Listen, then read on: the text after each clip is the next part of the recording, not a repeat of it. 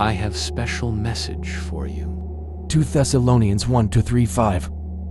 We ought always to thank God for you, brothers and sisters, and rightly so, because your faith is growing more and more, and the love all of you have for one another is increasing. Therefore, among God's churches, we boast about your perseverance and faith in all the persecutions and trials you are enduring.